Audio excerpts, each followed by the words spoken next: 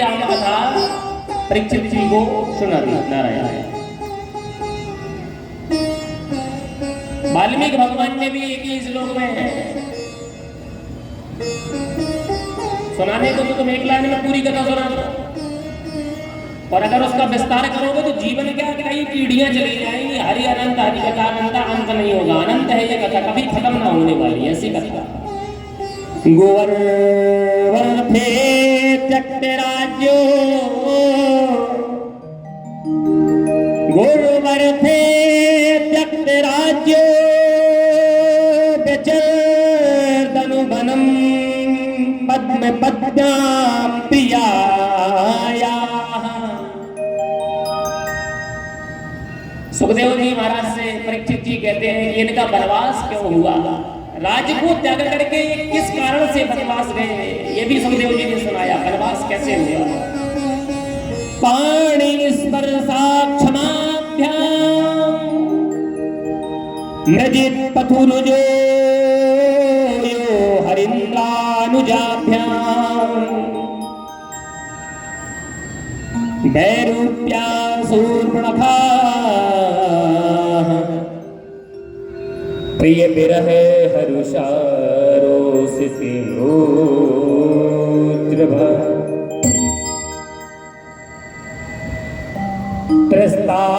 त्रस्तादिर्वद्य सेतुः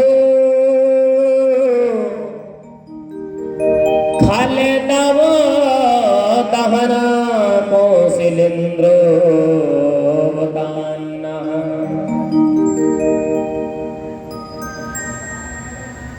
इस राम कथा में जो श्रीमद् भागवत में राम कथा है, इसमें सुखदेव जी महाराज जी ने राम जी के बाद सबसे ज्यादा प्रकाश डाला शत्रुघ्न जी पर।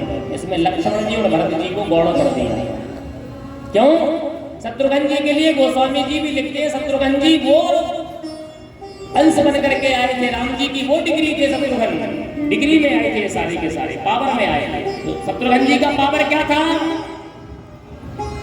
गोस्वामी जी लिखते हैं कि जाके सुमेरन तेरी पुनासा, जाके सुमेरन तेरी पुनासा, जाके जाके जाके सुमेरन तेरी पुनासा, जाके सुमेरन तेरी पुनासा।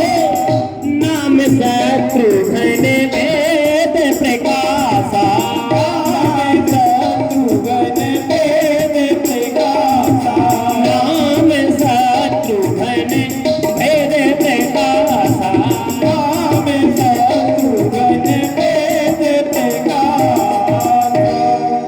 शत्रुघ्न जी ने धर्म की रक्षा के लिए राम जी के कनिष्ठ भ्राता बन करके रिपुओं का नाश किया। और शत्रुघ्न जी का स्मरण करना, हमारे बाह्य रिपुओं की बात तो छोड़ो, हमारे जीवन के जो आंतरिक रिपु हैं, जो षड विकार हैं, जिनको 6 प्रकार के विकार कहा जाता है, उनका नाश शत्रुघ्न जी के नाम स्मरण से अवश्य हो जाएगा।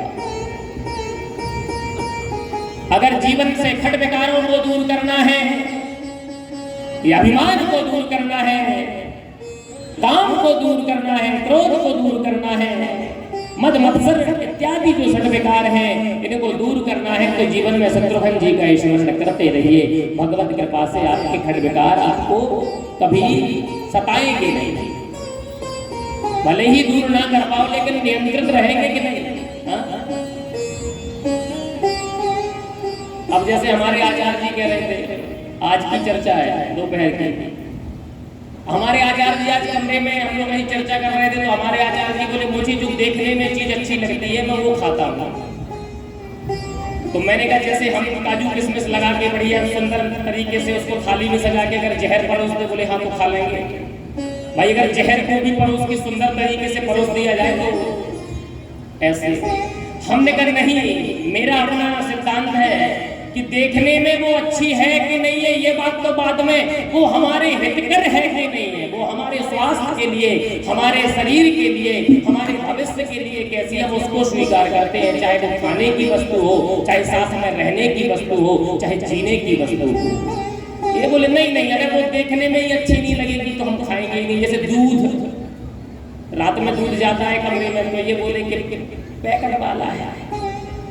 तो जबकि राजू भैया कह रहे हैं कि नहीं, ये गौशाला का दूध है, गाय का दूध है। मैं भी कह रहा हूँ गाय का दूध है, मैं हमेशा पीता हूँ। गुरुजी आते हैं, बड़े महाराज जी आए, कितने लोग नहीं आए, यहाँ आश्रम में क्या सब कुछ अच्छा है, लेकिन बोले देखने में पैकेट जैसा लग रहा। तो हमने क्या उसमें पराग लिखा है? दूध के गिलास में लिखा है क्या? तो कुछ लोग होते हैं, उन्हें लगता है कि जो चीज सामने से अच्छी है वो अच्छी है, लेकिन हम कहते हैं जो सामने से अच्छी है हो सकता है वो अंदर से जहर हो। इसीलिए सामने से देख करके उसको स्वीकार मत करो जब तक उसके बारे में जान ना लो। सूर्पणखा सामने से सुंदरी बन के आई, क्यों महाराज? हाँ, अब अगर राजू आचार्य जी होते तो हो सकता कह देते हैं राम जी अगर आप नहीं कर रहे तो हम कहीं लेते हैं भाई, क्योंकि वो सामने से अच्छी लग रही है। तो ऐसा नहीं, ये मतलब हुआ। अरे सूर्पणखा तो प्रलोभन देने के लिए आई थी। रुचिर रूप धर प्रभु पहे जाई, वो बोली वचन बहुरी मुस्काई, लेकिन अंदर कहती थी, बोले दुष्ट हृदय दारुण जस अहिनी। दारुण जहर, कैसा जहर? बोले जैसे नागिन में जहर होता है, अहिनी माने सरफड़ी, ऐसा उसमें जहर भरा था। अंदर जहर है, ऊपर से सुंदर है, तो विश्वास मत करना। इसलिए भाइयों माताओं, जो मैंने बात कही बेटा बचाओ, मुझे तो लग रहा था कहीं विवेक जी होते बहुत अच्छा टॉपिक था, आपने उसको कवरेज नहीं कर पाया। ये 7 दिन की कथा का सबसे मूल टॉपिक था। जो हमारे सरकार जो चला रही है बेटी बचाओ बेटी पढ़ाओ, तो मैंने कहा कि चुनाव के बाद जो सरकार के बड़े अच्छे अच्छे वॉलंटियर होंगे जनपद में, जो डायरेक्ट केंद्र सरकार के टच में होंगे, एक लेटर लिख के भेजना कि केवल बेटी मत बचाओ, बेटा भी बचाओ। बेटी बचाते रहे और बेटे हमारे बर्बाद होते रहे तो हमारी बेटी फिर किससे ब्याह करेगी? उन कवाड़ियों से। क्यों भाई? इसीलिए बेटा को भी बचाना पड़ेगा, जितना बेटी को बचाना उतना बेटे को। अब कोई पूछे बेटा क्या बचाओ? बेटों को दारू पीने से बचाओ, जुआ खेलने से बचाओ, गलत संगति से बचाओ, पाश्चात्य सभ्यता से बचाओ। हमारे हिंदुस्तान के बेटों को संस्कृति सिखाना पड़ेगा, सनातन धर्म और हिंदुत्व से जोड़ना पड़ेगा। इसलिए बेटों को भी बचाना जरूरी है। हमारे बेटे गर्त में जा रहे हैं। आज राम जैसा बेटा, लक्ष्मण जैसा बेटा, भरत शत्रुघ्न जैसा बेटा आया, जिसने हमारी संस्कृति को उत्थान में बदल दिया। जो हमारी सनातन संस्कृति पतित हो रही थी, क्यों भाई? जहां रावणी सेना, राक्षसी सेना ऋषि मुनियों के यज्ञों को विध्वंस कर रही थी, विश्वामित्र को यज्ञ नहीं करने दे रही थी, ताड़कासुर मारीच, आज उस संस्कृति को पतित होने से किसने बचाया? राम जैसे बेटों ने। इसलिए अपने बेटों को राम बनाओ, तभी बेटों की संस्कृति बचेगी।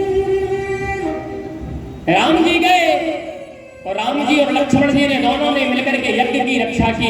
इसीलिए याद रखना, जहां भागवत यज्ञ हो, चाहे वो राम कथा का यज्ञ हो, चाहे वो होम वाला हवन आहुति वाला यज्ञ हो, कोई भी आध्यात्मिक यज्ञ क्यों ना हो, चाहे वो ज्ञान यज्ञ हो, चाहे कर्म यज्ञ हो, चाहे वो वैदिक ऋचाओं वाला यज्ञ हो, भगवान अवश्य किसी न किसी रूप में वहां उपस्थित होते हैं और उस यज्ञ की रक्षा करते हैं।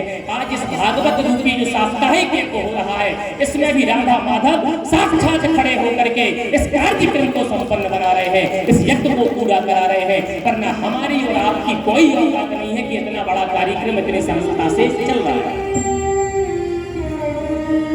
अरे कोई नहीं है भारत धरती पर, इस विश्व की धरती पे कि हर महीने किसी गांव में कथा होती हो, किसी शहर में। ये क्या है? ये राधा माधव की कृपा है। वो चाह रहे हैं कि ओबरा में महीने महीने कथा होती रहे, हर महीने कथा होती रहे, और ओबरा का जनमानस, ओबरा के भाई बहने ऐसे ही हमारे धर्म संस्कृति और कथाओं में ओतप्रोत रहे। इसलिए आपको जल्दी से जल्दी कथाओं का बार बार श्रवण काल मिल रहा है। आदरणीय पांडे जी गए थे कमरे में सुबह मुरब्बा लेके, वो कल मुरब्बे वाली बात की, मुरब्बा आ गए, बैठ के बातें होने लगी। तो बातें कैसी होने लगी? बातें यही होने लगी कथा के क्रम में, भीड़ भाड़ के क्रम में कि जगह उतनी है महाराज, भीड़ बढ़ेगी तो फिर चेयर्स ये बिछाया और बढ़ानी पड़ेगी। तो हमने एक बात कही, हमने कही कि यदि लगता हो शायद किसी को मन में कि ओबरा में आजकल हर महीने कथा हो रही है, हर 15 दिन में कथा हो रही है। तो भैया एक बात आप लोग याद रखना, मैं धर्म की बात कर रहा हूँ, नीति की बात कर रहा हूँ। यदि आपकी गाड़ी का टायर पंचर हो जाए, विचार करना जरा, आपकी गाड़ी के पहिए की हवा निकल गई, आपके गाड़ी के पहिए की हवा निकल गई और गाड़ी आगे नहीं चल पा रही है, और आप पंप लेके आए, आप उसमें एक पंप हवा भर दो और फिर कह दो कि 1 महीने बाद फिर भरेंगे, तो क्या गाड़ी चलेगी? आप एक पंप हवा भर के उस पंप को छोड़ के चले जाओ, फिर कहो कि अब 1 साल बाद इसी दिन फिर से पंपिंग होगी, तो क्या गाड़ी चल पाएगी? तो जो आपने एक पंप हवा भरी वो 24 घंटे के अंदर वो भी फिर से निकल जाएगी।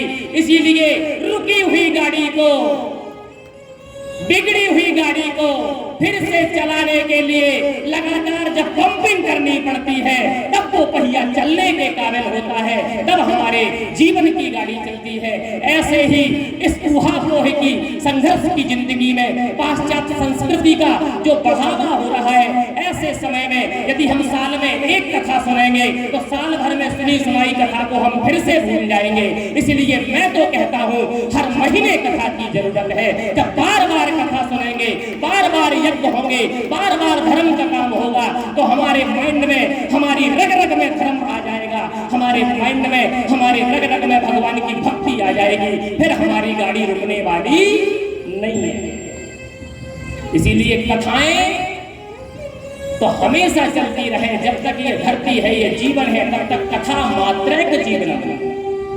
संत कहते हैं कि हमारा जीवन तो केवल कथा मात्र है। श्रीमद् भागवत में लिखा है कथा मात्रैक जीवनम। मनुष्य का कर्तव्य क्या होना चाहिए? सत्संग ही जीवन है, सत्संग ही जीवन है, कथा मात्रैक जीवनम। अगर जीवन में कथा के अलावा, भगवान की भक्ति के अलावा अगर हम गलत रास्ते पे जा रहे हैं तो वो जीवन नहीं है, फिर वो नरक है। इसीलिए मैया हमें बड़ी खुशी है कि आप लोग खूब भरपूर संख्या में आ रही है। जैसा हमने हाथ जोड़ के आपसे पहले दिन कहा था, आप उसको खूब निभा रही हैं। कल भी आइए, परसों भी आइए, यानी 20 तारीख तक आपको ऐसे ही भरपूर आना है। और पूरी भागवत का फल आपको इस वैशाख मास में जो परम पावन महीने में ये जो भागवत हो रही है, इसके 7 दिन की कथा का लाभ आपको लेना है।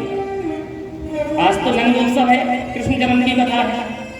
कल क्या होगा कथा में? कल होगा गिरिराज जी का पूजन, गोवर्धन पूजा की कथा होगी। भगवान गिरिराज जी को अपनी उंगली पर धारण करेंगे, वो कथा सुनाई जाएगी। भगवान के नामकरण की कथा होगी, पूतना मोक्ष की कथा होगी, भगवान की बाल लीला और गिरिराज धरण की लीला होगी। तो कल भी उत्सव मनाया जाएगा। आज भी उत्सव होगा, कल भी उत्सव होगा। और परसों क्या होगा? परसों होगा रुक्मिणी विवाह, तो 7वें दिन होगा सुदामा चरित्र और उपसंहार, फलश्रुति। तो कल आपको भी पकवान फिर से बना के लाना पड़ेगा। क्यों? 56 भोग लगता है गिरिराज की सरकार का। अब किसी को लगता होगा कि महाराज जी रोज रोज सब कुछ मंगा रहे हैं, तो ये बताओ अगर जाड़े होते, जाड़े में हम ये सब मिठाई पकवान फल मंगाते, तब तो चलो 2-4 दिन वो रखे रहते और हम गाड़ी में रख के ले भी जाते। ऐसी गर्मी